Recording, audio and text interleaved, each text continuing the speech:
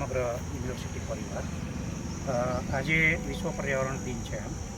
આપણે સૌ જાણીએ છીએ અને અત્યારે અનુભવીએ પણ છીએ કે પૃથ્વીનું તાપમાન ધીમે ધીમે છે એ વધી રહ્યું છે. અને જો આ જ દરે વધતું રહ્યું હોય તો આપણે આગળની પેઢી આપણી પાસેથી શું મેળવશે એ કલ્પના કરીએ તો પણ આપણને ધ્રુજારી છૂટે એવું વાતાવરણ લગભગ છે. આપણી જે ભારતીય પરંપરા છે એ પરંપરામાં આપણે હંમેશા પક્ષીઓને, વૃક્ષોને અને કુદરતની જે વસ્તુઓ છે એમાં આપણે ભગવાનનું સ્વરૂપ જોયું છે. વર્ષોથી પરંપરાગત રીતે આપણે પીપળાનું પૂજન કરીએ છીએ. આસોપાલવનો આપણે કોઈ પણ સારા ધાર્મિક કાર્યની અંદર આપણે ઉપયોગ કરીએ છીએ. તો એ માત્ર ધાર્મિક શ્રદ્ધા માટેનો જ વિષય છે એવું નથી.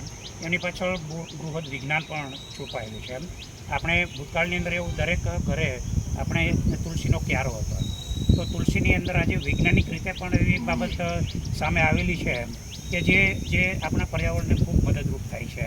એવી જ રીતે લીમડા વિશે આપણે સૌ જાણીએ છીએ કે નાના ગામડાઓની અંદર જ્યારે પંખાઓ પણ નહીં હતા અને લોકો ખૂબ સુખપૂર્વક અને લાંબુ આયુષ્ય છે એ ધરાવતા હતા અને જીવતા હતા.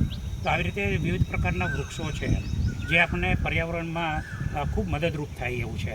આપણે વૃક્ષો પ્રત્યે છે પહેલાં અંદર સભાન બનીએ અને આગળની પેઢીને આપણે કદાચ પ્રોપર્ટી બધી આપણે આપી શકશું પણ જો આપણે વાતાવરણ નહીં આપી શકીએ, આપણે રહી શકે એવું જો એન્વાયરમેન્ટ આપણે એમને નહીં આપી શકીએ તો હું એવું માનું છું કે આપણે એમને સારી જીવનને બદલે આપણે એક અંધકારમય જીવન છે પહેલાં અંદરની ભેટ આપતા હોય એવું મને લાગે છે.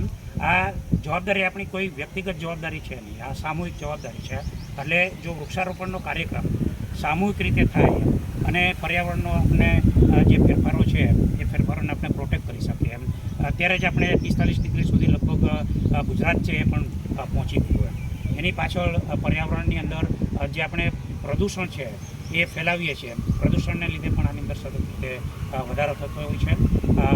જુદા જુદા પ્રકારના પ્રદૂષણ માટે પણ આપણે જાગૃતતા કેળવીએ અને પ્રદૂષણને અટકાવવા માટે વધુને વધુ સંખ્યામાં આપણે વૃક્ષો છે એ વાવીએ એવું હું આપને સૌને આહવાન કરું છું.